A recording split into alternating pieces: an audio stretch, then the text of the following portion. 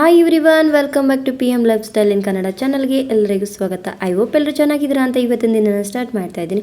ಎಲ್ಲರಿಗೂ ಬೆಳಗಿನ ಶುಭೋದಯ. ಇವತ್ತು ನಾವು ಹೋಗ್ತಾ ಇರೋ ಪ್ಲೇಸ್ ಬಂದು ಭೂಮಿಸಿದ್ದೇಶ್ವರ ಜಾತ್ರೆಗೆ. ವರ್ಷಕ್ಕೊಮ್ಮೆ ನಡೆಯೋ ಜಾತ್ರೆ ಅಂದರೆ ತುಂಬಾ ಜನ ಸೇರಿರ್ತಾರೆ.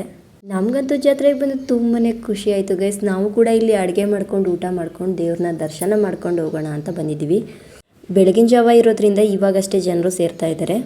ಬೆಳಗ್ಗೆನೇ ಬಂದು ತುಂಬಾ ಖುಷಿ ಆಯಿತು, ಯಾಕಂದರೆ ಬೇಗನೆ ದೇವ್ರನ್ನ ನೋಡ್ಬೋದು, ರಶ್ ಏನೂ ಇರಲ್ಲ ಅಂತ.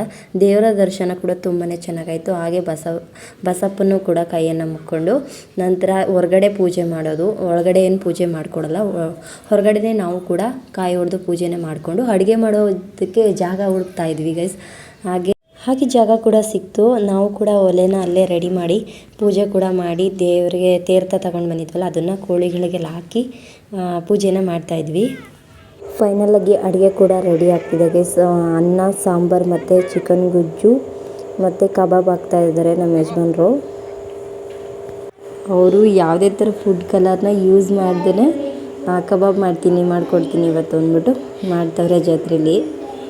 ಅವ್ರು ಯಾವತ್ತೂ ಅಡುಗೆ ಮಾಡಿದವ್ರಲ್ಲ, ಆದರೂ ಕೂಡ ಜಾತ್ರೆಗೆ ಬಂದು ಅಡುಗೆ ಮಾಡ್ತಾವ್ರೆ ಅನ್ನೋದೊಂದು ಖುಷಿ ಆಗ್ತಿತ್ತು. ಮಾಮೂಲಿ ಮಾಡಿರೋ ಅಡುಗೆನೆಲ್ಲ ಸ್ವಲ್ಪ ಒಂದು ತಟ್ಟೆಗೆ ಹಾಕ್ಕೊಂಡು ದೇವ್ರಿಗೆ ಎಡನ ತಗೊಂಡೋಗಿ ತೋರಿಸ್ಬಿಟ್ಟು ತಗೊಂಡು ಬರಬೇಕು.